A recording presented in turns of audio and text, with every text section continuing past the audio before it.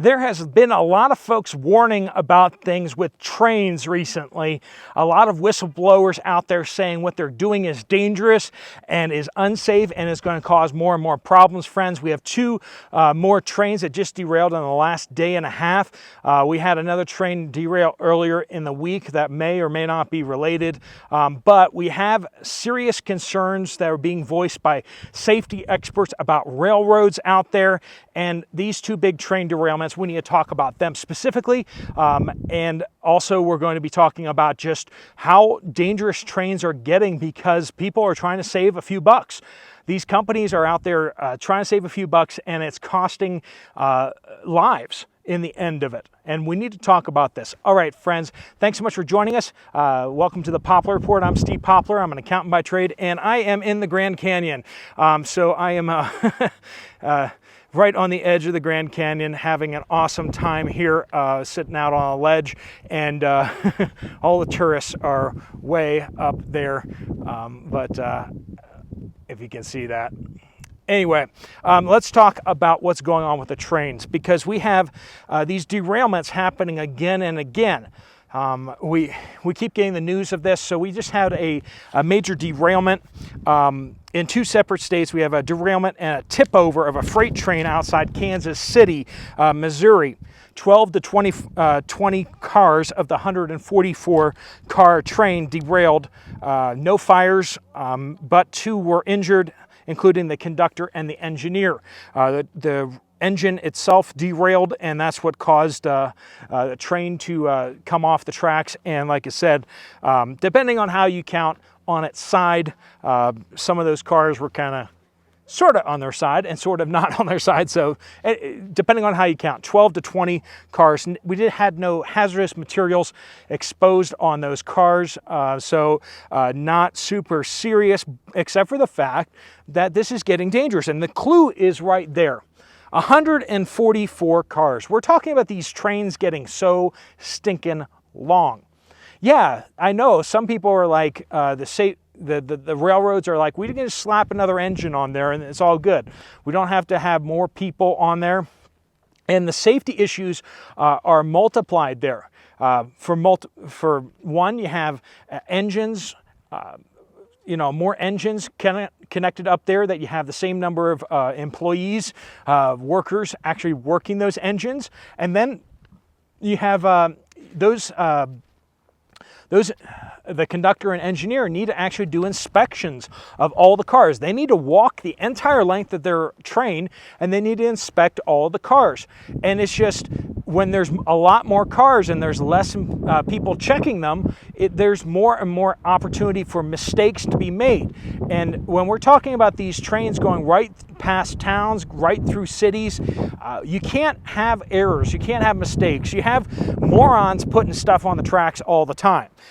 This is one of the things that's come out as we were looking into this after East Palestine, derailment and all that kind of stuff like that. It's surprising how common it is for morons to put stupid stuff on the tracks. Now, most of the time, that stuff's not going to have any kind of effect.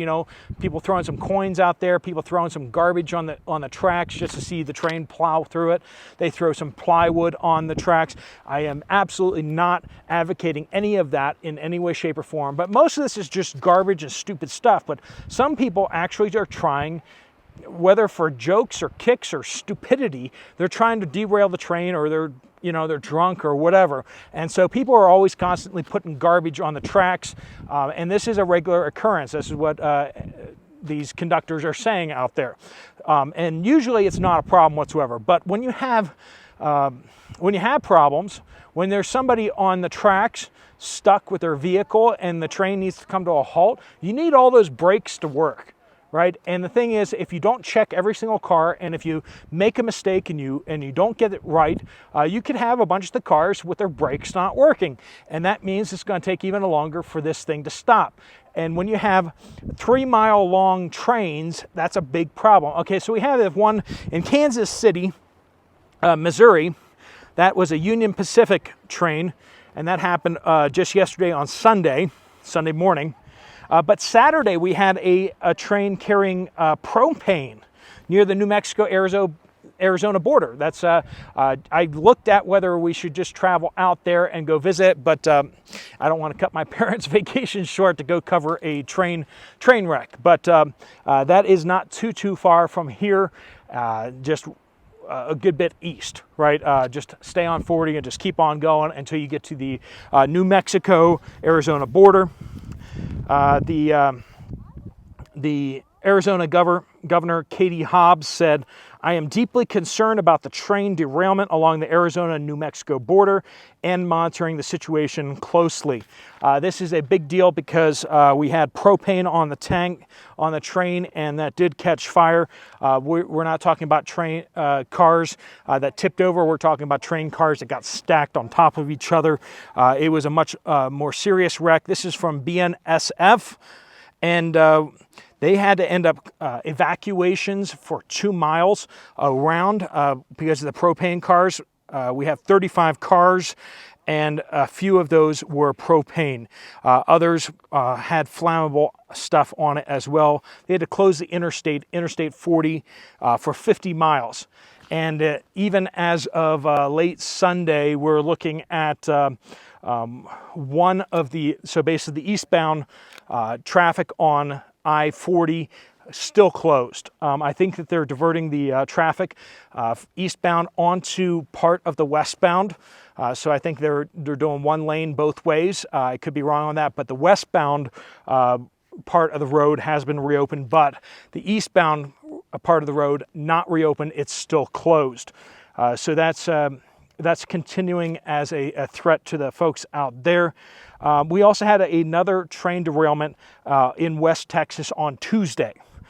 So that was supposedly the wind knocked the train over. A tornado pushed it over or something along those lines. At least that's what they're saying, you know, the initial inspection on that. But let's talk about why these things are happening. And, you know, when if a tornado hit a train, I understand that coming off the tracks. That's, you know, that happens, right?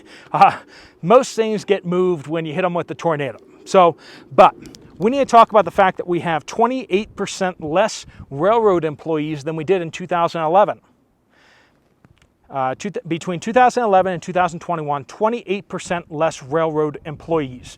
So we have a serious problem. We had the rail workers going on strike before, and we were talking about that a good bit more, where we had concerns, right? We had concerns that the railroad workers were saying about safety. They were talking about how the railroad wanted them to be one person on an entire train. They wanted to cut the staff from, right now it's still required by the union for them to have 2 people per train. That is, and they're just making the trains longer, but the railroad wants to cut it down so that there's only 1 person on the train, which is, you know, then they have to do all the inspections themselves. Once again, more room for error, safety issues. And then we talk about how long these trains are getting. They're just stacking more cars on the trains, getting longer and longer, which means it's getting harder and harder to stop these trains. Give you a little more of a view over here. It's getting harder and harder to stop these trains. You can't stop these trains because they're moving fast. Well, actually, they're moving a lot slower as they get longer, right? But the fact is that it takes longer and longer for them to stop. So when there is a situation they need to stop, they can't, and that's obviously a problem. Trains that can't stop when they need to, when there's an emergency. Try and give you guys a little more of a view. The beautiful view here, absolutely gorgeous. No trains in sight. It is perfectly safe here. As long as there's no earthquake. If there's an earthquake here, I might be in a little bit of trouble. So we got railroad employees. There's less of them, and the unions and the railroads want to cut down employees even more. We have the train length. They're just slapping more and more cars on, more and more engines on, without really enough thought on the safety of everything. And then finally, we need to talk about the train makeups. What is actually on the train? Now, you can make the trains longer and it can still be safe as long as it's made up of the right kinds of cars. Now, I'm not an expert in everything like that on everything, but different kinds of cars weigh different amounts, right? And I suspect, and I don't know this, let me know in the comments if you know the answer to this one, but do different cars have different kinds of braking systems?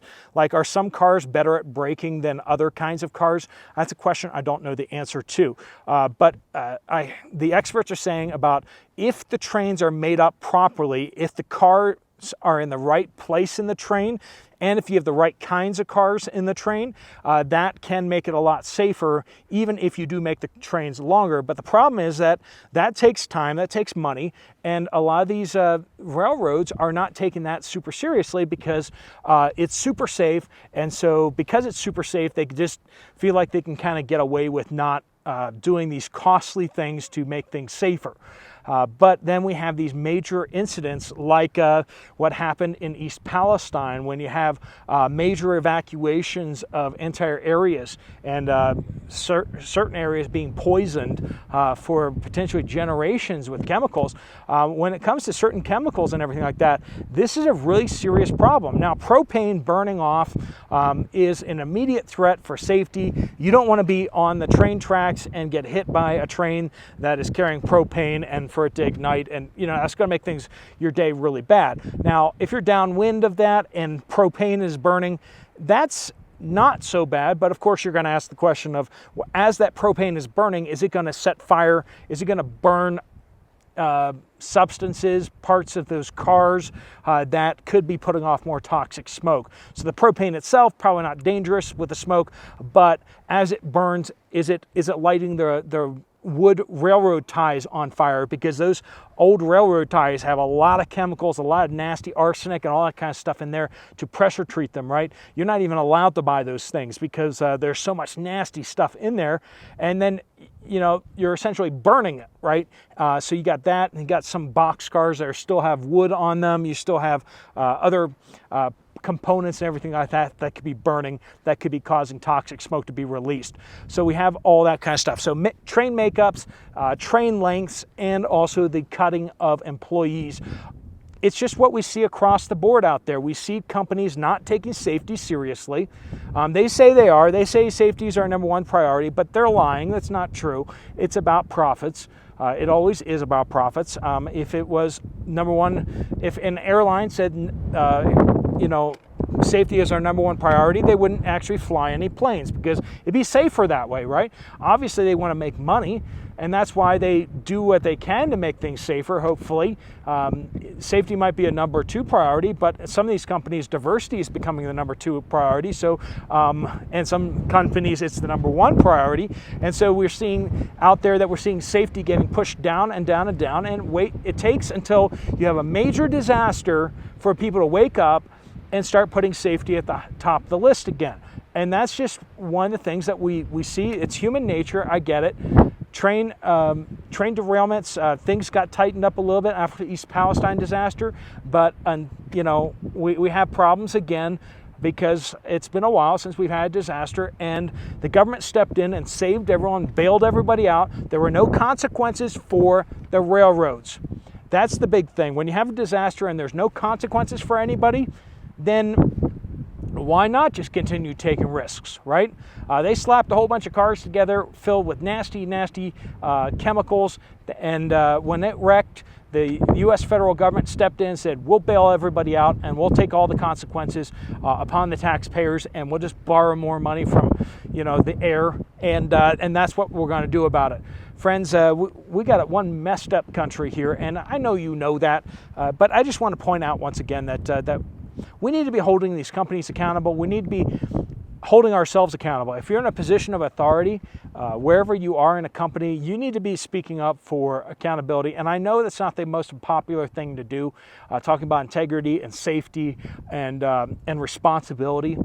But, we have all these companies going out there talking about how environmentally friendly they are, and then they're slapping these trains together that are extremely unsafe and hazardous, that's spilling all sorts of nasty chemicals in the environment. You're not really all that environmentally friendly if you're doing that kind of stuff. You need to be safe with all the hazardous materials you're carrying first, before you start telling me all about how you have these new initiatives and stuff like that. How about you have a safety initiative and actually take care of people and make sure people's property isn't damaged by you dumping some sort of toxic sludge all over their communities, right?